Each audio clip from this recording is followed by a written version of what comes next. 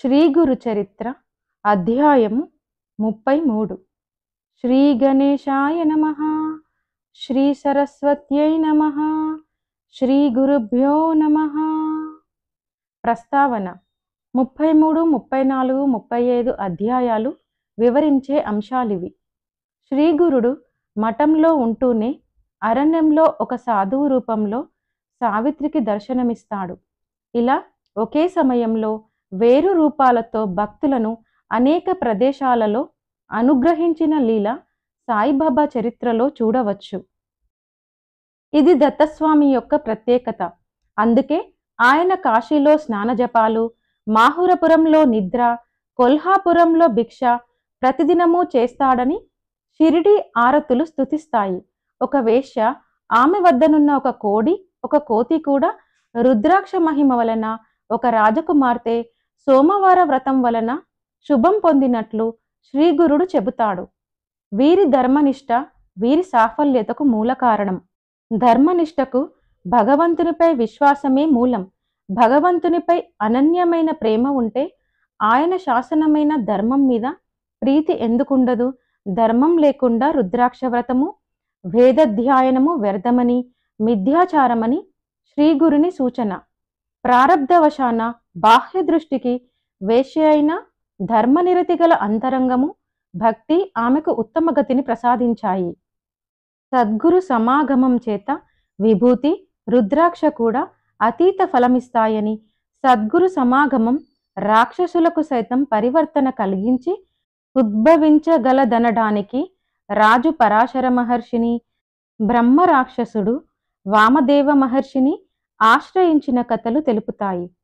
సద్గురుని ఆశ్రయించని బాహ్యాచార పాటవం అహంకారానికి, అజ్ఞానానికి చిహ్నం. కారణం, ధర్మాన్ని, సదాచారాన్ని నిశితంగా సూక్ష్మంగా విప్పి చెప్పగలవారు వాటిలో పరిపూర్ణత నందిన వారే కదా. రుద్రాక్ష, భస్మం దేహం పైన ధరించడం అంటే వాటి చేత సంకేతించబడిన పరమాత్మ తత్వాన్ని హృదయంలో శ్రద్ధగా నిలుపుకోవడం అన్నమాట. అందుకు అవసరమైన సాధనాన్ని అన్వేషించుకుంటూ ముముక్షువు తప్పక సద్గురువుని ఆశ్రయించి కర్తవ్యాన్ని తెలుసుకొని ఆచరిస్తాడు. అటువంటి శ్రద్ధాభక్తులు కలవాడు సద్గురు కృపను పొంది తీరుతాడు. అందుకే శ్రీరామకృష్ణ పరమహంస జీవాత్మ పరమాత్మల యొక్క ఐక్యమనే కళ్యాణాన్ని జరిపించే పురోహితునిగా సద్గురుణ్ణి వర్ణించారు. కథారంభము. నామధారకునితో సిద్ధయోగి ఇంకా ఇలా చెప్పారు. దత్తుడు, సావిత్రి ఆ రోజు అక్కడే నిద్ర చేసి మరుసటి రోజు తెల్లవారుజామున స్నానం చేసుకొని శ్రీగురుని దర్శించారు. అప్పుడు సావిత్రి నమస్కరించి ఆయనతో ఇలా అన్నది. స్వామి, నిన్న నేను శోకిస్తున్నప్పుడు ఒక యోగీశ్వరుడు వచ్చి నాకు ధర్మం ఉపదేశించి రుద్రాక్షలు, విభూతి ప్రసాదించారు. ఆయన ఎవరు? ఆయన చెప్పినట్లు చేయబట్టే నాకు ఇంతటి మహద్భాగ్యం కలిగింది. మరలా వారి దర్శనం మాకు ఎక్కడ లభిస్తుంది అన్నది. శ్రీగురుడు చిరునవ్వులు చిందిస్తూ, అమ్మాయి, నీ పతిభక్తిని చూడదలిచి మేమే మారు రూపంలో నీ వద్దకొచ్చాము. మీకు రుద్రాక్ష మహిమను తెలియచేయటానికే అవి ప్రసాదించాము. వాటి మహత్యం వల్లనే నీకిట్టి అభయం లభించింది. మీరు మాకు ఆప్తులు కనుక వాటి మహత్యం వివరిస్తాము. ఎటువంటి వారికైనా రుద్రాక్షలు ధరిస్తే పాపాలుండవు, ఎంతో పుణ్యం లభిస్తుందని శృతి స్మృతి పురాణాలు చెబుతున్నాయి. 1000 రుద్రాక్షలు ధరించిన వాడు సాక్షాత్తు రుద్రుడే. అన్ని దొరకనప్పుడు బాహువులకు 16 శిఖలో 1, చేతులకు 24, మెడలో 32, శిరస్సున 42, చెవులకు 12, కన్నులకు ఒక్కొక్కటి, వక్షస్థలంలో 108 ధరించిన వాడు సాక్షాత్తు కుమారస్వామితో సమానుడు. వాటికి పగడాలు, స్ఫటికాలు చేర్చి బంగారంతో చుట్టి ధరించిన వారికి రుద్రలోకం ప్రాప్తిస్తుంది. రుద్రాక్షమాలతో జపం చేస్తే అనంత ఫలం వస్తుంది. భస్మము, రుద్రాక్ష ధరించని వాని జన్మయే వ్యర్థం. అది ధరించి స్నానం చేస్తే గంగా స్నాన ఫలముంటుంది. ఏకాదశ రుద్ర మహామంత్రంతో రుద్రాక్షను అభిషేకిస్తే శివలింగాన్ని అర్చించినంత ఫలితముంటుంది. రుద్రాక్షలలో ఏకముఖి జన్మరాహిత్యమే ప్రసాదించగలదు. ఎటువంటి రుద్రాక్షలు ధరించినా 4 పురుషార్థాలు సిద్ధిస్తాయి. పూర్వం కాశ్మీర దేశంలో భద్రసేనుడనే రాజుకు తారకుడనే కొడుకు, మంత్రి సుధర్ముడికి సద్గుణుడనే కొడుకు ఉండేవాడు. వారెంతో ప్రేమతో మసులుకుంటూ ఎట్టి ఆభరణాలు లెక్క చేయక రుద్రాక్షలు ధరించి శివారాధన చేసి కాని భోజనం చేసేవారు కాదు.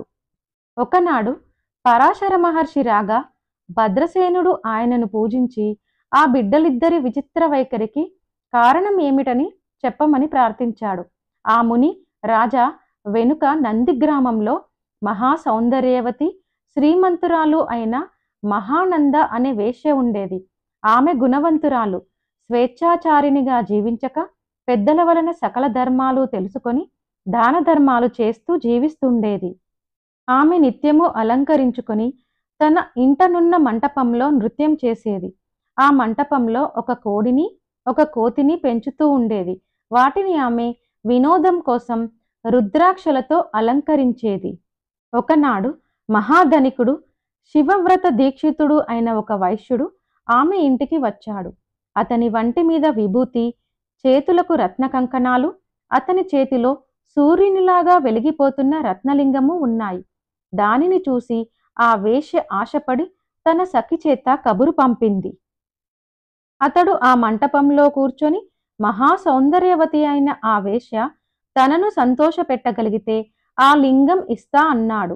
ఆ వేశ్య అందుకు సంతోషించి 3 రోజులు పతివ్రత ధర్మమును అనుసరించి అతనిని సేవించగలనని తన సఖి చేత చెప్పించింది.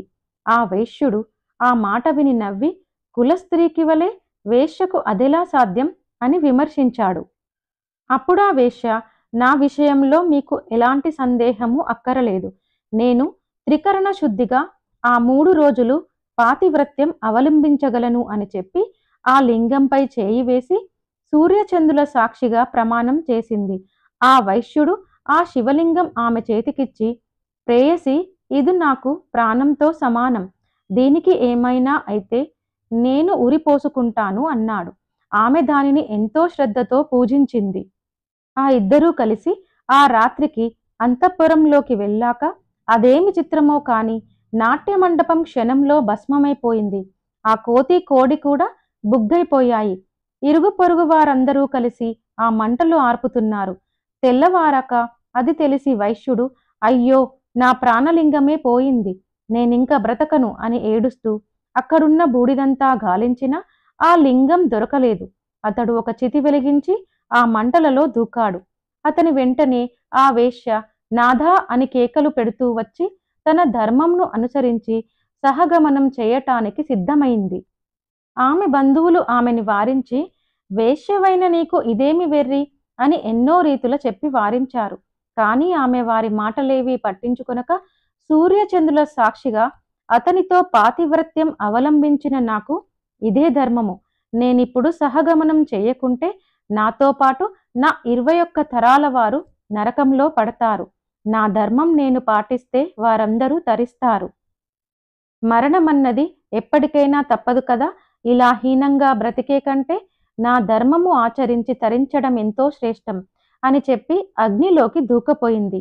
వెంటనే శివుడు సాక్షాత్కరించి, సుందరి, నీ ధర్మగుణాన్ని పరీక్షించదలిచి నేనే ఆ వైశ్యుని రూపంలో వచ్చాను. నీకిచ్చినది నా ఆత్మలింగమే. ఈ మంటపానికి నేనే నిప్పు పెట్టి నీ పాతివ్రత్య గుణాన్ని పరీక్షించాను. నీ ఇష్టం వచ్చిన వరం కోరుకో అన్నాడు. ఆమె ఆశ్చర్యపడి భక్తితో నమస్కరించి, స్వామి, నాకీ ముల్లోకాలలో ఎట్టి భోగము అక్కర్లేదు. నాకీ సంసార బంధం తొలగించి శాశ్వతమైన శివ సాయుధ్యం ప్రసాదించు అని ప్రార్థించింది. శివుడు సంతోషించి ఆమెను వెంటనే కైలాసానికి తీసుకొని వెళ్లారు. ఆనాడు నాట్యమండపంలో అగ్నిలో పడి మరణించిన ఆ కోడి, కోతి ఈ బిడ్డలుగా జన్మించారు. పూర్వజన్మ సంస్కారం వలన శివభక్తులై భస్మము, రుద్రాక్షలు ఇంత ప్రీతితో ధరిస్తున్నారు. వీరి పుణ్యం చెప్పనలవి కానిది. కనుక ఓ సాధ్వి, రుద్రాక్ష ఇంత మహిమ కలది అని శ్రీగురుడు చెప్పారు. శ్రీ దత్తాయ గురవే నమః. శ్రీ శ్రీపాద శ్రీవల్లభాయ నమః. శ్రీ నృసింహ సరస్వత్యై నమః.